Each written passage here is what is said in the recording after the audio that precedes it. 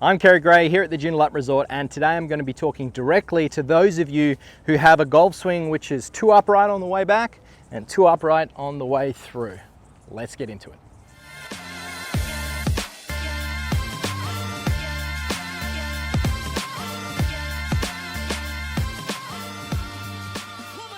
Now, one of the simplest ways to describe how golf is meant to be played is if I had no tilt from my hips down at address and I was to just stand up directly in front and position this golf club somewhat in line with my belly button. From here, if I was to swing this golf club around my body, both back and through, well, that would form some sort of an arcing motion around my body.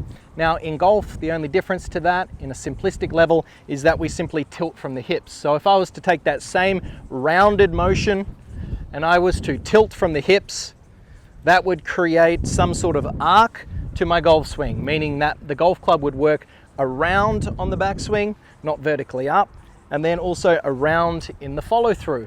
That there would create a consistent, what we call swing plane and swing direction, and you can hit better shots as a result. So for those of you who are struggling with an upright backswing, downswing, or follow through, a little great drill that you can practice is to simply start off with some baseball swings, feeling that the golf club is working around your body. Make sure you're nice and loose when you do this, and just see if you can get this golf club working relatively flat from address into the backswing and into the follow through. Allow that club head to feel like it's kind of releasing on the way through, and that club head is doing a lot of the work rather than you trying to force it too much. One of the big things to be conscious in this drill is to make sure you're relaxed as you're doing so. If you're tight and tense, well, it's going to feel very difficult to move this golf club.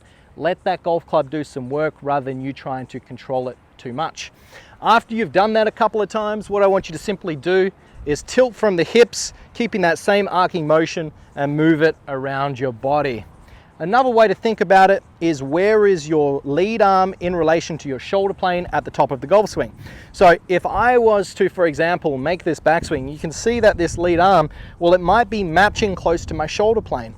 For those of you who have too much of an upright golf swing, and the lead arm would lift up into this position, let's say you're struggling with your ball strike and you're hitting too much of a slice maybe, well, you need to get this lead arm lower across your body.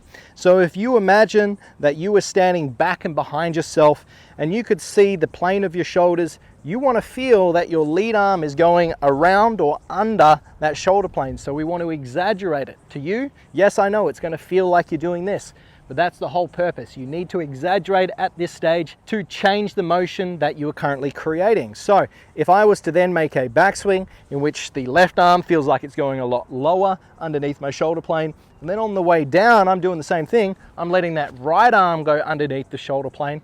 Well, that would create a much flatter swing plane relative to what you were doing before. Once again, you were swinging too high up. This lead arm would be lifting well above the plane of my shoulders. Then on the way down and through, let's say I was doing the same on the opposite side. That's simply just going to cause some issues with contact, control, and distance. So I'm going to hit some shots here. I'm going to feel that my lead arm is getting low underneath my shoulder plane on the way back and low underneath my shoulder plane on the way through. You combine that all together, and you'll find that you're able to control the trajectory, the curvature, and the contact a lot better. So hit a few shots like that. Start off with the practice swings from about hip height.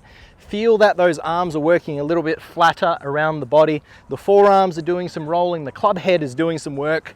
From there, simply tilt down from the hips, recreate a similar feeling. And then when you go and hit some shots, if you're struggling to get that feeling, just imagine that the lead arm is going underneath the shoulder plane on the way back, and then the trail arm is going underneath the shoulder plane on the way through. So I hope you've enjoyed today's video. I'm Kerrod. Please like and subscribe, comment below if you try this drill out and it does help you indeed. I'd love to hear it. But until next time, thanks for watching.